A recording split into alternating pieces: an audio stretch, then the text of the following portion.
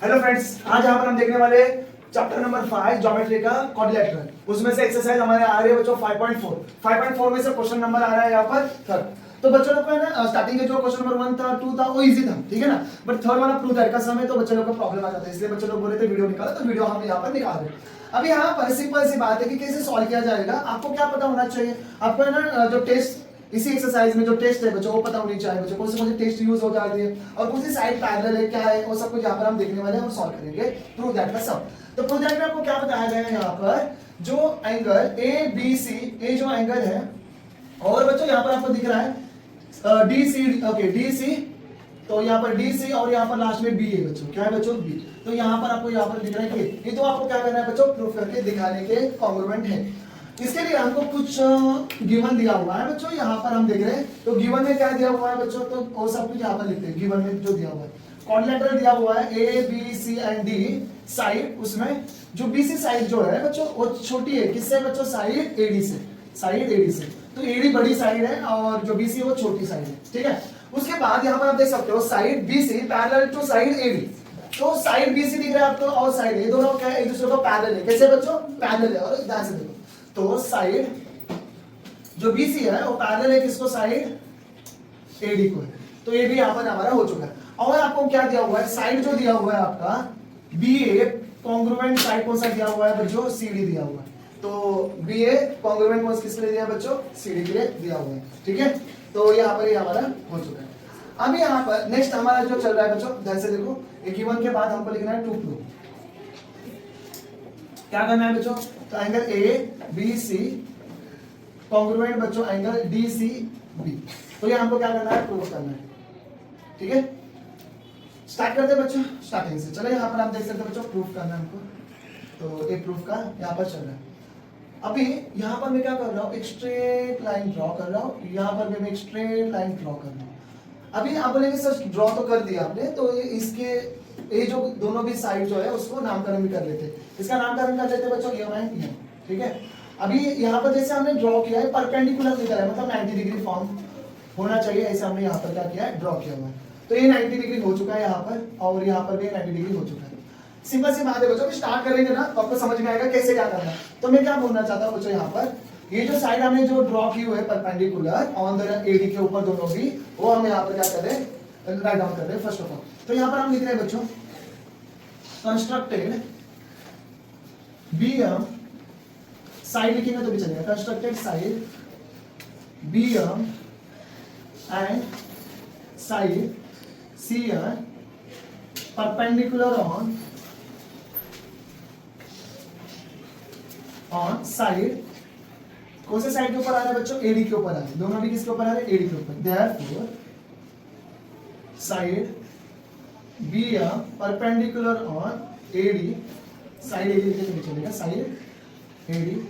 उसके बाद ए तो हो गया बच्चों 90 डिग्री, इसका भी वैसे लिखते हैं side C N perpendicular on side AD, ठीक है। 90 डिग्री की वजह से यहाँ पर जो एंगल फॉर्म हो रहा है बच्चों, एंगल देख सकते हो आप, B M A okay is equal to 90 degree and angle C and D is equal to 90 degree. ये दोनों हमको क्या मिल रहे हैं बच्चों, 90 डिग्री फॉर्म हुए। तो इसको हम देते हैं फर्स्ट और इसको देते हैं बच्चों सेकंड। तो इसको भी देते हैं फ्रॉम 1 और इसको लिखते हैं बच्चों फ्रॉम सेकंड, ठीक है। तो ये 90 डिग्री आपको यहाँ पर मिल चुका है। उसके बाद अभी यहाँ पर हम आगे जाते हैं और क्या करते हैं, ध्यान से देखो। और इसमें ना इक्वेशन 1 2 लिखने के बाद इसको थर्ड बना दो। देखो जितने ज्यादा इक्वेशन फॉर्म रहेंगे तो भी चलेगा, ऐसा कुछ प्रॉब्लम नहीं है, ठीक है। और ये ना कंसेप्ट के हिसाब से मैं यहाँ पर आपको दे रहा हूँ, ठीक है। तो आपको जैसे धीरे धीरे समझ में आएगा। अभी ये तो परपेंडिकुलर, ये तो देखो ये साइज भी सेम है उसकी, और इधर 90 डिग्री भी फॉर्म हो रहा है, परपेंडिकुलर को निकाल दिया हमने। अभी आपको तो बताया बच्चों, बी एम की जो मेजर रहेगा बच्चों और सी एम का जो मेजर रहेगा वो इक्वल रहेगा, बिकॉज ऑफ बीसी और एडी एक दूसरे को पैरेलल है। तो ये साइज भी क्या रहेगी, सेम रहेगी, क्या रहेगी, सेम। तो इसको भी आप ले सकते हो, इसको इक्वल के लिए। तो मैं कैसे लिखूंगा इसके लिए बच्चों, तो यहाँ पर आप दे सकते हो side B C and parallel side लिख सकता हूं बच्चों एडी, ठीक है ना बच्चों। तो ये दोनों भी एक दूसरे को पैरेलल हो गए and that is the reason therefore B M congruent side लिख सकता हूं यहाँ पर बच्चों, like side B M and side C M are congruent. ये दोनों भी क्या हो गए बच्चों, कॉन्ग्रुएंट हो गए।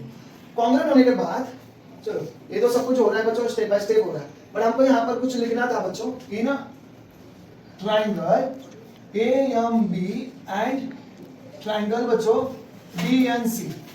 हमने क्या लिया है AMB लिखा है, DNC लिखा हुआ है, तो ये 90 डिग्री यहाँ पर बच्चों, ये भी वो भी हमको राइट डाउन करना है। अभी ये तो हो गया पैरेलल की वजह से, और ये गिवन वाला है, तो side AB congruent side CD, मतलब AB साइड और ये साइड सेम हो गया, ये गिवन है, क्या है बच्चों ये गिवन है, ठीक है, और इसको हमने प्रूफ करके दिखाया, ठीक है। उसके बाद एंगल के हम लेने वाले हैं, ठीक है ना, एंगल BMA कॉन्ग्रुएंट एंगल कौन सा रहेगा बच्चों CND, क्या रहेगा CND, और इसको लिखेंगे फ्रॉम लिखेंगे थर्ड एंड फोर्थ, हम थर्ड एंड फोर्थ से हमें इन दोनों का भी थर्ड में एक को फोर्थ दे देंगे, ठीक है, और इधर आएगा फोर्थ, तो एक को हमने थर्ड दिया, एक को कह दिया बच्चों फोर्थ दिया हुआ, ऐसा हमारा प्रॉपर्ली अभी चल रहा है बच्चों, ठीक है। तो यहाँ पर हम देख सकते हो ये दोनों भी सेम हो गए, ये भी सेम हो गया और ये क्या हो गया 90 डिग्री हो गया, तो ये दोनों भी ट्राइंगल जो है बच्चों क्या होंगे बच्चों सेम हो जाएंगे। ट्राइंगल AMB कॉन्ग्रुएंट ट्राइंगल हो जाएगा बच्चों DNC हो जाएगा, तो ये दोनों भी कॉन्ग्रुएंट हो जाएगा, तो इधर आएगा बच्चों हाइपोटेनस टेस्ट, क्या आएगा हाइपोटेनस टेस्ट, ठीक है ना, हाइपोटेनस टेस्ट होने के बाद हाइपोटेनस साइड टेस्ट लिखो, हाइपोटेनस साइड टेस्ट, ठीक है, हाइपोटेनस साइड टेस्ट। इसके बाद देखो बच्चों हमने अभी ए और ए ट्रायंगल दोनों भी ट्रायंगल अच्छे से प्रूव करके दिखाया है। अभी ये जो एंगल रहेगा और ये एंगल रहेगा बोथ आर इक्वल, तो उसको भी यहाँ पर हम लिखने वाले हैं, क्या लिखेंगे एंगल BAM कॉन्ग्रुएंट एंगल कौन सा रहेगा CDN, कौन सा रहेगा CDN, ये दोनों भी ट्रायंगल एंगल क्या हो जाएंगे बच्चों इक्वल हो जाएंगे बिकॉज ऑफ CACT, किसके वजह से CACT के वजह से दोनों भी क्या हो जाएंगे बच्चों कॉन्ग्रुएंट हो जाएंगे, ये दो एंगल कॉन्ग्रुएंट हो गए। अभी क्या आता है आपको प्रूफ करना है बच्चों B and C इक्वल दिखाने का, आपको सिंपल सी बात है बच्चों कि देखो ये दोनों सेम है और ये दो, अभी यहाँ पर ये दो ये क्या हो जाएगा बच्चों पैरेलल लाइन हो गई, ये ट्रांसफर हो जाएगी और इन दोनों का एडिशन 180 होता है, वैसे ही यहाँ पर 180 हो जाएगा, पर ये और ये सेम कट हो जाएंगे और बचेगा क्या ये दो एंगल और बोथ एंगल आर इक्वल। तो ऐसे सिंपल सा है बच्चों, अभी मैं लिख रहा हूँ यहाँ पर ध्यान से लिखो नेक्स्ट ट्रायंगल इन ट्रायंगल है, अभी तो हमको क्या लिखना है बच्चों देखो साइड BC पैरेलल साइड कौन सा रहेगा, ठीक है ना AD रहेगा एंड BA इज ट्रांसवर्सल, ठीक है ना, तो ये ट्रांसवर्सल हो जाएगा।